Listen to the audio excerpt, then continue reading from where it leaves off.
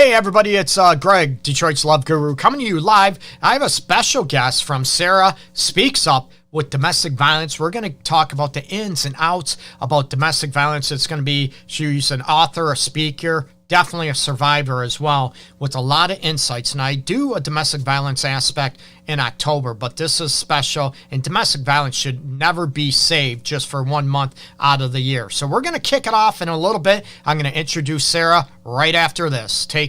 Pay attention.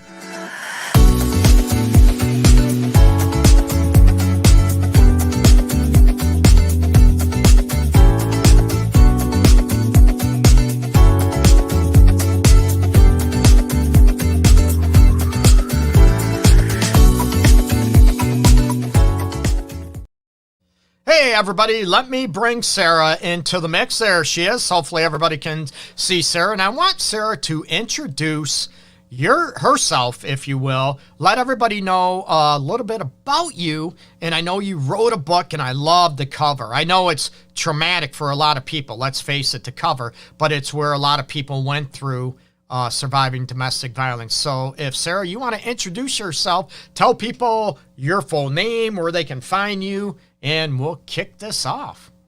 Yeah, thanks so much for having me on the show, Greg. My cat always... Oh, that's cool. Yeah, she loves to make her noises.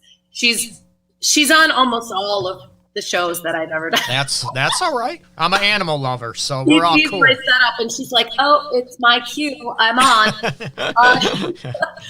So yeah, thank you all for having me. Thanks to the viewers just for listening in. I know this can be a tough topic, but it's something that is so important not only to talk about, but to learn about. So for everyone out there who's listening, thank you guys so much. As Greg said, my name is Sarah Gallardo, and I'm the founder and executive director of Sarah Speaks Up, which is based out of Connecticut in the United States. And this is for domestic violence awareness. We work on support program development, and really just working with the community to raise awareness of domestic violence so that people really understand what it's about, what people are up against, and how to help. As Greg mentioned, I am the author of Hiding in Plain Sight, which is, boom, there it is. There it is. Yeah. I love the cover because it's just so dramatic and says a lot about it. It's phenomenal. So, and I appreciate you being on here, Sarah. And Sarah will put a link in the Facebook underneath the video, her link to the book and everything. I think yours is on Amazon too. I think we talked about that before. And with domestic, it's very, there's a lot of myths about domestic violence. There's a lot of misconceptions about domestic violence. And also, does your program, with sarahspeaksup.org, that's the website, I believe that I got that right, I think.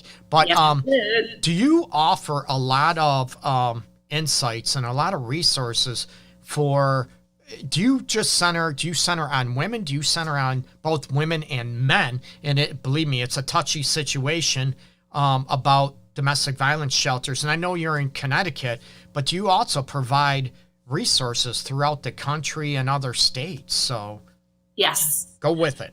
Yeah. So that's a couple multifaceted question. Yeah. Sorry. I'm going to try to check all those boxes.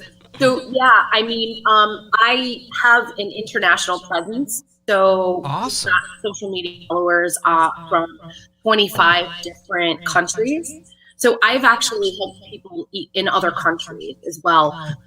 Interestingly enough, sometimes it's just a matter of a Google search, and it's just something that either the person can't do themselves, they don't have enough information, whatever it is. It's easy enough for me to just go get them whatever resources they need, and that's the help that we can give.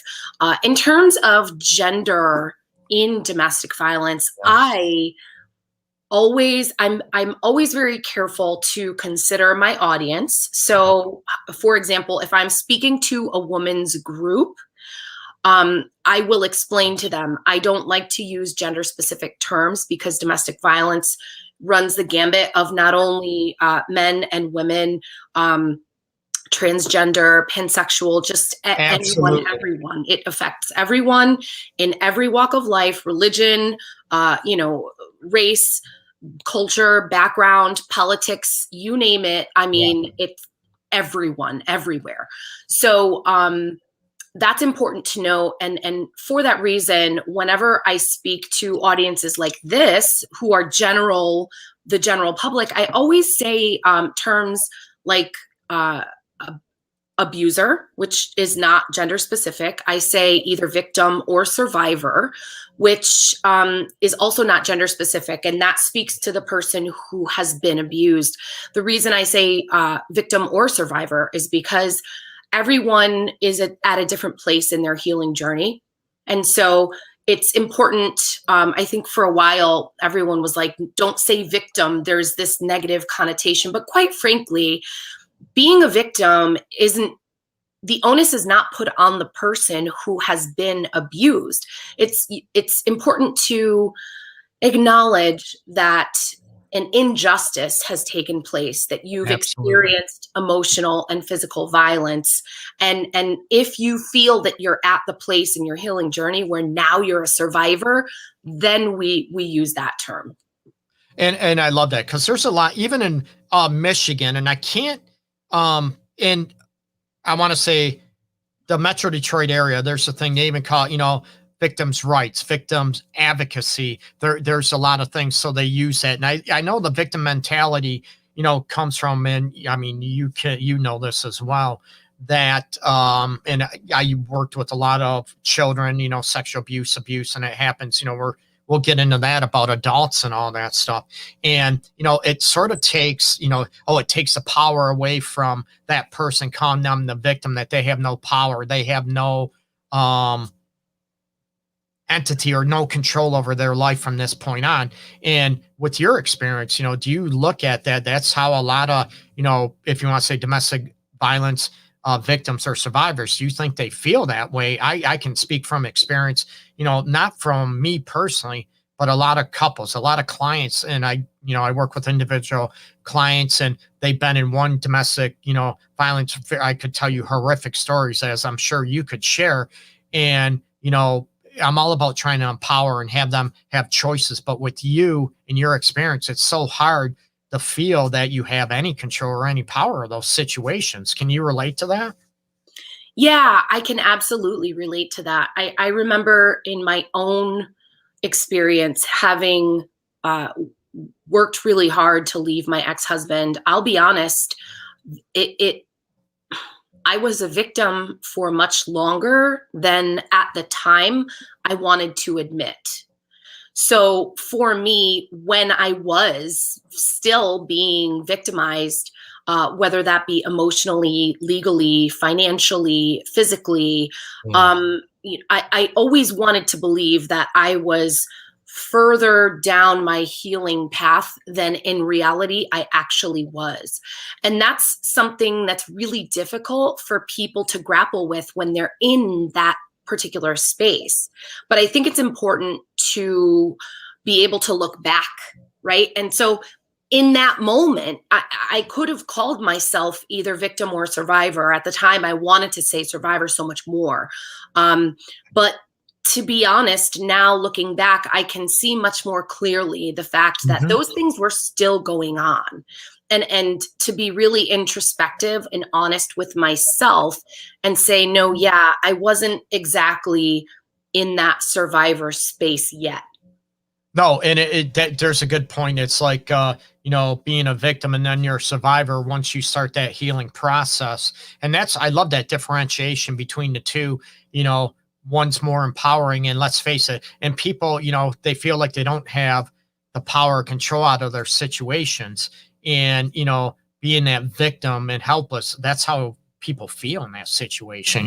They feel, and we could, we talked even, before the show, or, when we set this up about, men in those situations, it can be worse because of the embarrassment. Oh, you're not a man. You're letting your wife, girlfriend, whatever, or same sex couples, like you said, the LGBTQ community as well, that you're not man enough, that you're allowing somebody to do this to you.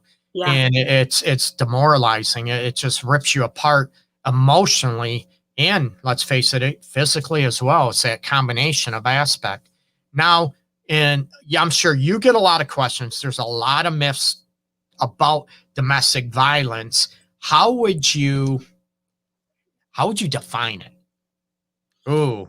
And I know we could be here for 4 hours defining domestic violence, but how would you define it? And I always look at, the emotional, mental, and definitely physical aspects. And hit me up. How do you define it, Sarah? Okay, so I could give you kind of a word in my brain. I'm sort of configuring my answer while you're asking the You're question. fine. Yeah. Put you on the spot. No. Well, it's okay. It's a little bit word soupy, but I'm just going to go for it. I think there's an important differentiation between a physically violent relationship and an emotionally abusive relationship. Now, I'm sorry, I can't be really clear and succinct with this, but No, you're fine. so we are not negating emotional abuse. We are not negating financial abuse. Those types of abuse are as harmful, if not more, sometimes than the physical violence. I think the difference is when it takes a step from that control, manipulation, belittling, and sort of disempowering. Everybody throws that term out there, right? Gaslighting. Oh gosh, all of this. It's completely emotionally debilitating, right? And the healing from that, so sort of the recovery, it can take a lifetime. The difference between that and physical violence is obviously bodily injury. So breaking a bone, bruises, scratches, the possibility of strangulation. Now, I'm going to be honest. I was strangled by my ex-husband, and on more than one occasion. So this is actually really important for me to share, and I'm glad that we're doing this now because I want to look up a photo real quick. I just found out last week that I've developed migraines, and my neurologist has explained to me. I ended up doing an MRI. I don't know if people can see this. A little bit. If you can see, there's two of my discs that are stopping the flow of fluid. I see that. And it's actually, very obvious. Yeah, and actually touching my spinal cord. Now, that will have lifelong implications for me. Strangulation is the number one most dangerous physically violent act, and that's even above gun violence. It's very, yeah, and you're absolutely correct. And it's that form of power taking the life out of you. And if you've ever been, and we're not talking people that it's consensual asphyxiation and you're choking each other during sex play. We're not talking about that. Right. We're talking it's not consensual. You Correct. Feel your life is in danger. It's against any consent. It's a form of controlling you and possibly even killing you. Right. So I want to make that very clear. Yeah. So, I mean, the difference is that the person is intending to, well, okay, so think about it. What is the intent of strangulation? If it's excluding what you're talking about, during sexual intercourse, if that's a consensual act, the intent in an angry moment, if a person tries to strangle someone else, it is intended to kill.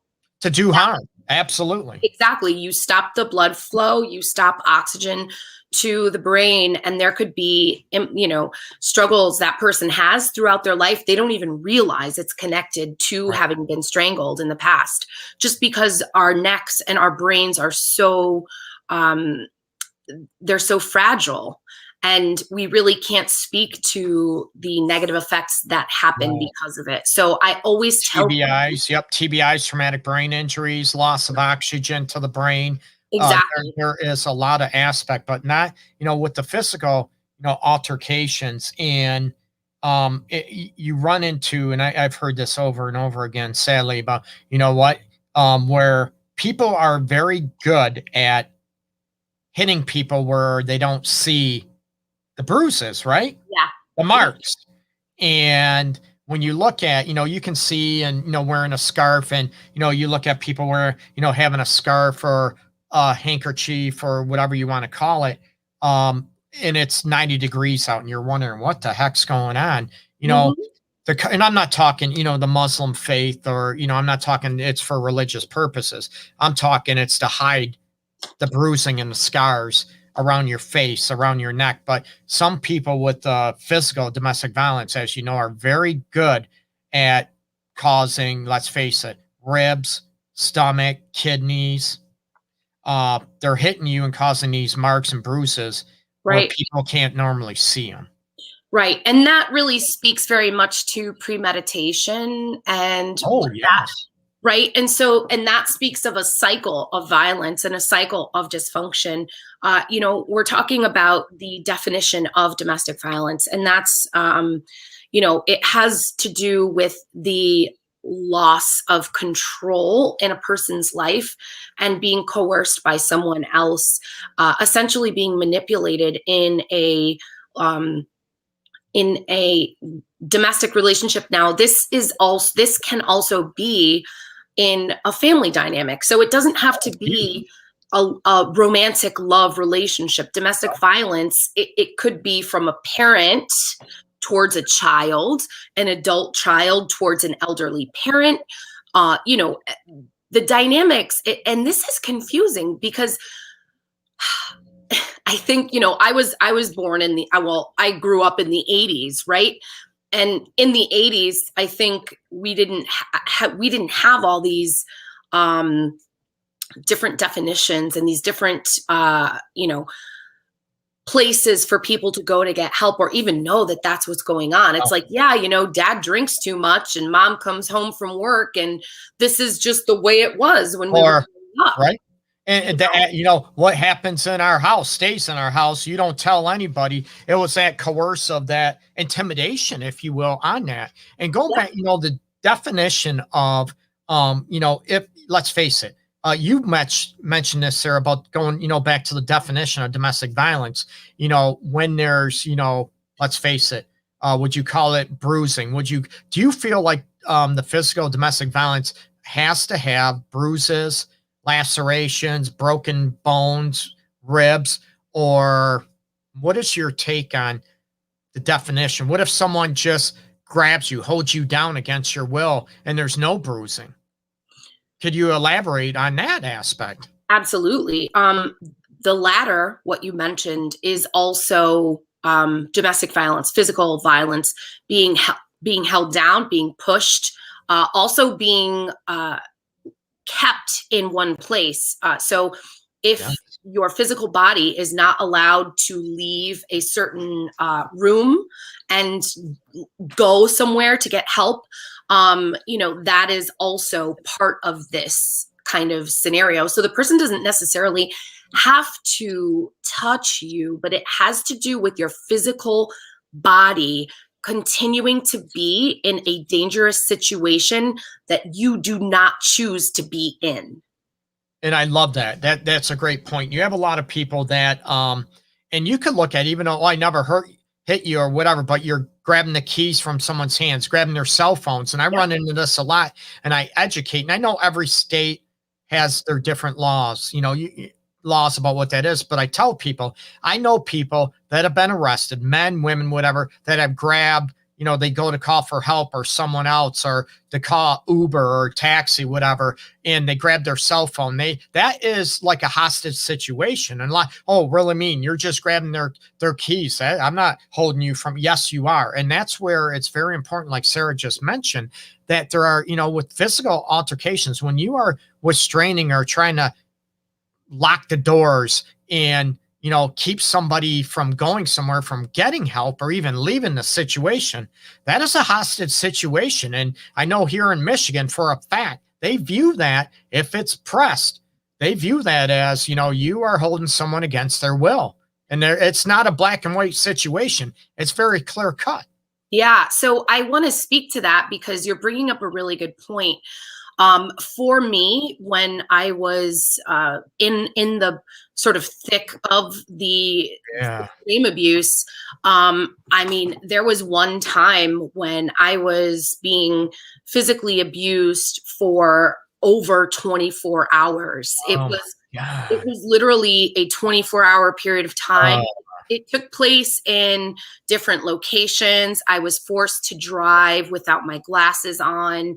I was, while I was driving, he threw alcohol in my eyes. And so it's really interesting and very different because the use of a vehicle is also, I mean, in my book, I have a chapter called The Casino where using a car, he was driving and he said, "I'm going to kill us all." So that's physical violence. But another thing is that on the day when I experienced that over 24-hour period of abuse, there were very key and very specific items that were taken from me on purpose. And everyone, if you haven't thought about this, I want you to think about it right now. For me, the things that were taken were my wallet. No access to money, financial, let's face it. Yep. My car keys, my glasses, and my shoes. Can't even run. No, well, you could, but you could. Yeah, lacerations, your feet are all cut up, and there have been situations where they have not had. And I know this, even thinking back, it's very emotional for you or even people listen. And I don't, this episode, whatever, the Art of Relationship show, of course, is to educate. And I know, listening to this can, for those people that have endured and are survivors or, victims of domestic violence, it can be very triggering. And, it can everyone uses the term process, but there's a lot of truth to it. It can be a lifelong process. I don't want this to hold hostage or any trauma. I have a lot of trauma experience as well, working with trauma of all walks of life. I don't want that trauma to hold power over you for the rest of your life. Sounds easy up here in the head, right? Oh yeah, great. But when it's in your body and your heart and your soul, it's not that easy, as you know, Sarah, and lived with. Yeah. Going, the physical violence, all forms, and I love that. I appreciate your insights. What about the mental, emotional? And there's a hard time, and people sort of differentiate or have a hard time. They assume it's both emotional and mental. In my purpose and perspective, I get that. I understand that. But we'll just hit on the mental, emotional domestic violence or abuse that you have seen and you have heard, even what you went through too. And I can definitely share some stories. Yeah,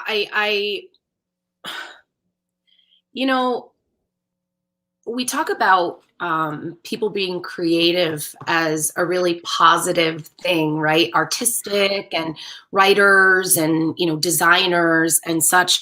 But I have never stopped being, I think, shocked or maybe even sort of just shaken by how creative these abusive people can be. And the fact that I've been doing this for as long as I have, and I still hear stories that I'm like, never in my life would I ever have thought that you could use a pack of ramen noodles in that way, just anything, really anything. And this also brings up now COVID, which we're all dealing with. Domestic violence cases and calls have risen, or at least sort of been unearthed. So there are absolutely either one where they were quarantined with an abuser and they've already been trying to leave, or two, the person was minimally sort of on the cusp of being abusive, and then all of these stressful circumstances have sort of exacerbated their bad behavior, and Yes. then they became abusive. Either way, there has never, since domestic violence numbers and statistics That's right. begun being collected, there's never been a global spike in cases in the way that there has during COVID. And Yes. can you believe that abusers have found ways to use the COVID virus against their victims, saying, Absolutely. you can't leave. If you go out there, you're going to get COVID. There's nowhere for you to stay. We're supposed to be in the house, or they'll even say, I'm going to go out and I'm going to get COVID, bring it back to the house. You don't even know, you and the kids could die, things like that. And now you're saying, well, please don't go because I don't want you to get sick. It's Excuse me. And Sarah, you're absolutely right. And I talk, you have more, stress, financial stress, people losing jobs during COVID. It's even more devastating. It's more a huge issue. And you look at, and, the examples you just gave, like talking about great as far as the emotional, mental manipulation and, almost playing the victim. Oh, you don't want to go out because you might bring COVID back to the kids, and you don't want to do that. If you really loved us, it's very coercive, very manipulative about making that person feel guilty and shameful and sort of, and I tell people it's about like trying to get them to sell out the essence of who they are, and it's all for your own selfish purpose. Yeah, absolutely. I'm going to be absolutely honest. There is no exaggeration in what I'm about to say. I experienced severe domestic violence, and I was even shot at by my ex-husband. Yeah. Oh, yeah. To the point where I was so traumatized that once we finally got out of that situation, I had my daughter who's 13 now, but at the time she was 6 months old. I had a 6-month-old infant with me. Oh, man. And I was so traumatized that I was in literal shock. Actual shock. And for 6 months now, I am a very active person. I've done all kinds of different things. And so even when I'm trying to relax, like Wednesdays are my day off, and they're usually the busiest one. Oh, I'm sorry. Oh, no, don't be sorry. This is what I do. I love it. I'm happy to be here. But, and at the time, for 6 months, I sat in the same place on a couch in my grandmother's house with, my daughter there. She was in her little jumpy thing. I would feed her and change her. But otherwise, I sat in the same place every single day. Other than that, I ate and I slept. That's it. I did not go outside. I did not make phone calls. I did not have visitors. I did not watch TV. I did not listen to the radio. I didn't read books. I did nothing. I went nowhere, and I talked to no one because I couldn't even process everything that had happened to me. I was basically like a cell phone when you finally actually turn it off, right? It was like you can hold the phone. Well, the battery dies, right? Let's face it. And what, Sarah is experiencing, a lot of people I'm sure can relate to in, these situations that get thrown out there. But, what Sarah experienced and everything, there's a huge post-traumatic stress disorder that sets in for a lot of people. And it could be, like, I can't talk to anybody. I can't, I have no one to help me. No one's going to trust me. They're going to think I'm crazy. They're going to think all this aspect. And then we can throw in, the other post-traumatic stress disorder symptoms, nightmares, fear responses, right? You're looking over your shoulder all the time. You're wondering every time the phone rings, is it that person, the abuser? Is it, even, someone drives by your house and you look out the window and you're already picturing that person, and it might not be. These are all responses that are related to that traumatic experience, or not only one traumatic experience, which could be horrific in itself. But when you're doing this through, over a month, weeks, years that have people endured, 20 years in this situation. And it's very, very, people don't understand it unless you're in that situation. And I know, when we talked, setting this up, sir, I talk about a lot of people will look at, with domestic violence, physical, emotional, all that aspect, we'll center on the physical violence where your life definitely could be taken. And you have a lot of other professionals in this field. And I get very, very, I'll say it, pissed off, okay, at other professionals in the field, other people, other women, whatever, that'll say, "Oh, hurry up, grab the kids and leave. Go out, hurry up and leave. Get out of here. Get away from that situation." And I tell people, that's great, and great theoretically, but in practicality, that might not work, because what's going to happen, like you said, no money.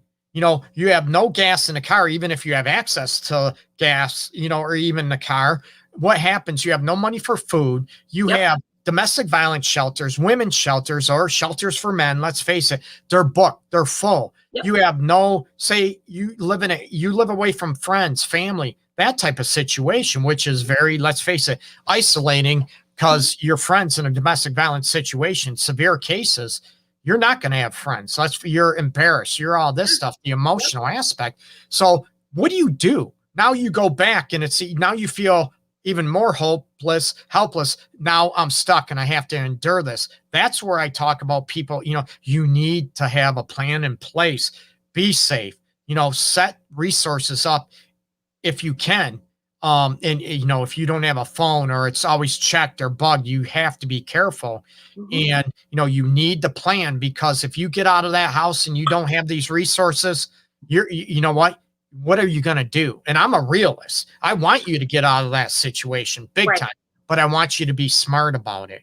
And what do you advise your people, Sarah, when it comes to these situations? All right. Now I'm taking a pen and paper, because you just brought up like 18 really important topics. I talked about this when I do a domestic violence episode in October. But like I said at the beginning of this show, it should not be just Domestic Violence Awareness Month, October. It needs to be every month. So go right ahead. I'm sorry, Sarah. Yeah, no, please. I mean, honestly, so you brought up so many really important topics. First of all, I'll start with just the finances, because you're talking about being a realist, and I get that, right? There's an emotional aspect of this, but there's also a really practical aspect of this. First of all, uprooting your kids, if they're in school, then you have to take them out of school. Yes. What are they going to do with their education? If you have no money, you can't pay for a hotel room. More often than not, domestic violence shelters are at 100% full capacity, to the point where they usually need to fundraise and keep emergency funds so that they can pay for hotel rooms for their clients, just to get them out in dangerous enough situations. And then we're talking about relocating. Okay, so hypothetically speaking, let's say you have the help of a domestic violence organization. Now, my recommendation is to go through them first and foremost, because they have community connections with shelters. They can help you get food. They can help you get clothing. They can help you with employment.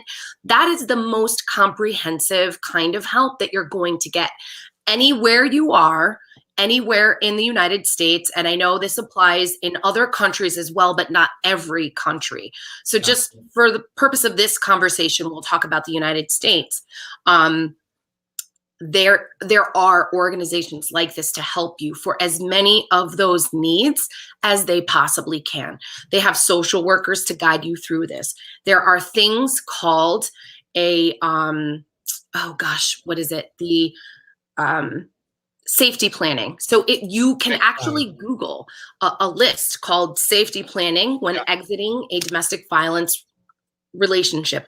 Make sure you take your passport, your birth certificate, your deed, or whatever, the deed to the house if you need it, or the car, whatever those kinds of things are. Now, here we talked about people being traumatized and this emotional PTSD and shock.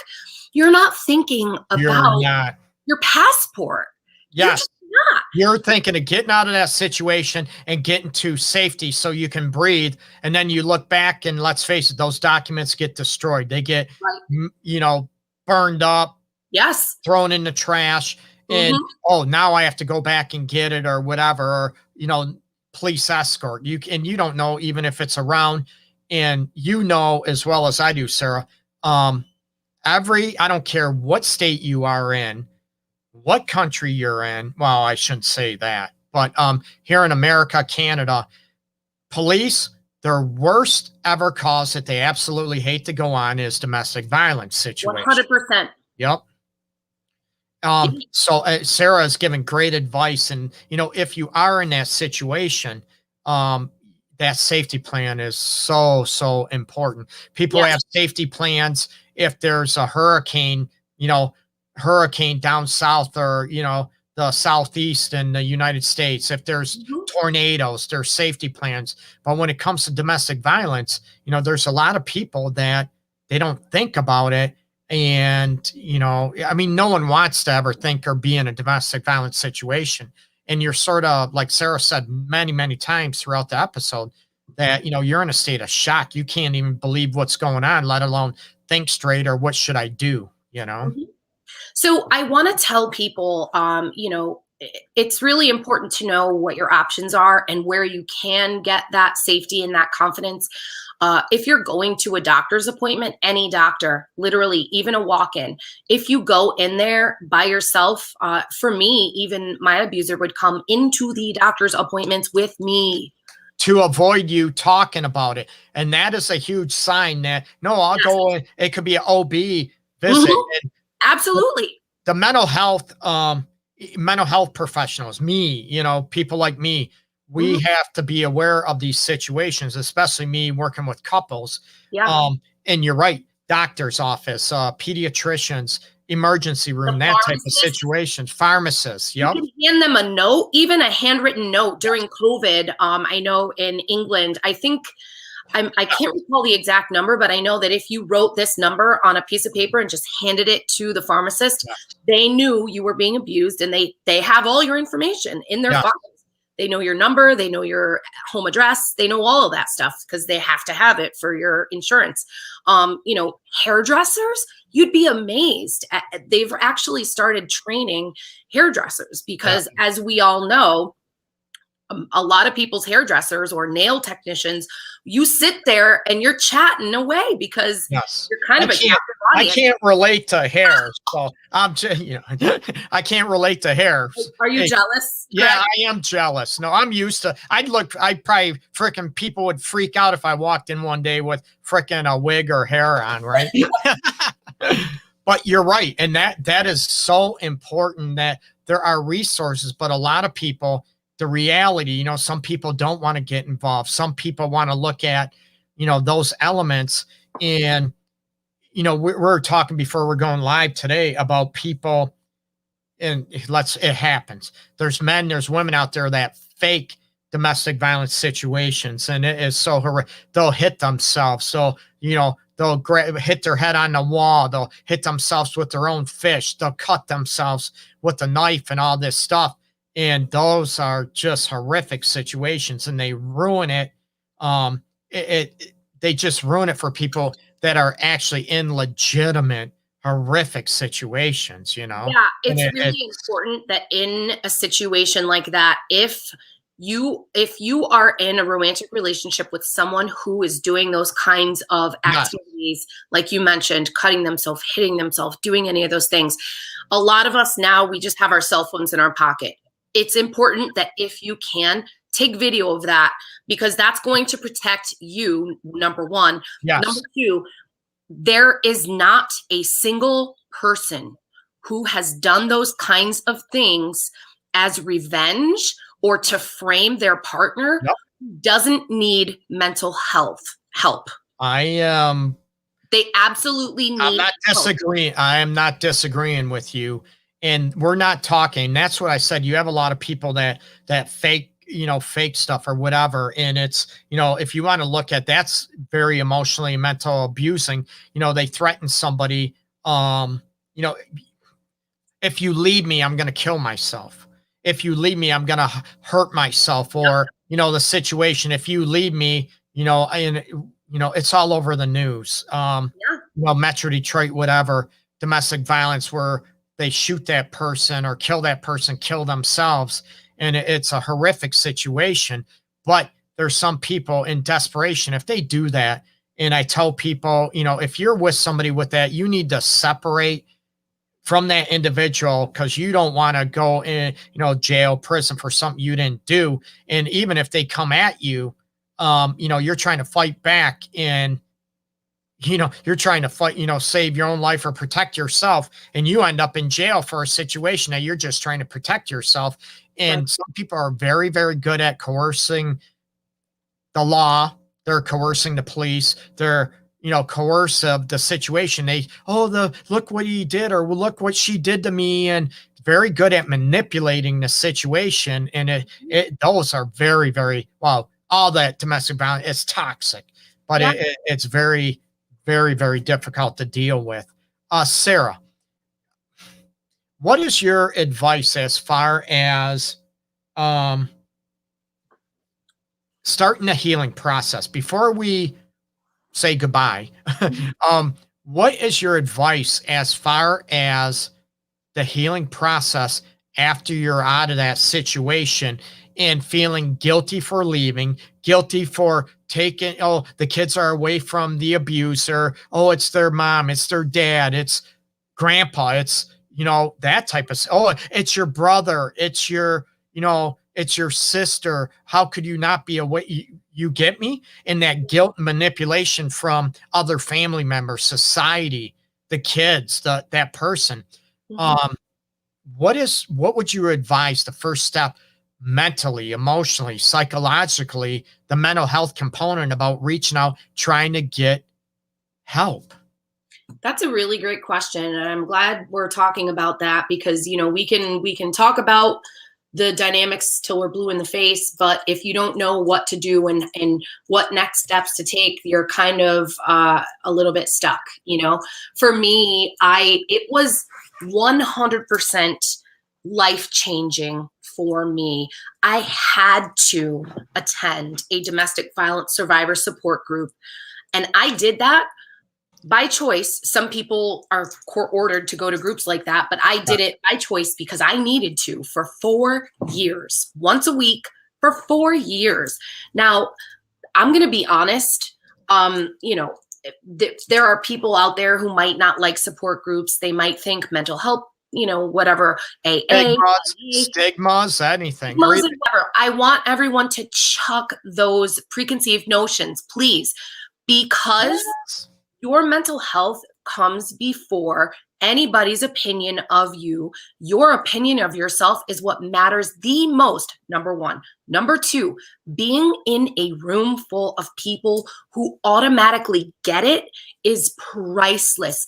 You don't have to explain yourself to them. You don't have to give them the background. Everybody who walks in that door has shared some version of your experience, and that is priceless. It is invaluable.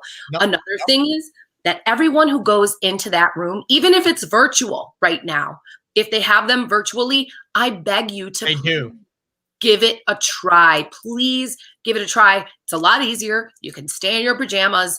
You don't have to go out if there's snow. I mean, seriously, but to be sharing, I used to go to the support group, and there were moms who would talk about where's the best place to go for, some moms had food insecurity. So other moms knew exactly where to go. They gave them a name of a person.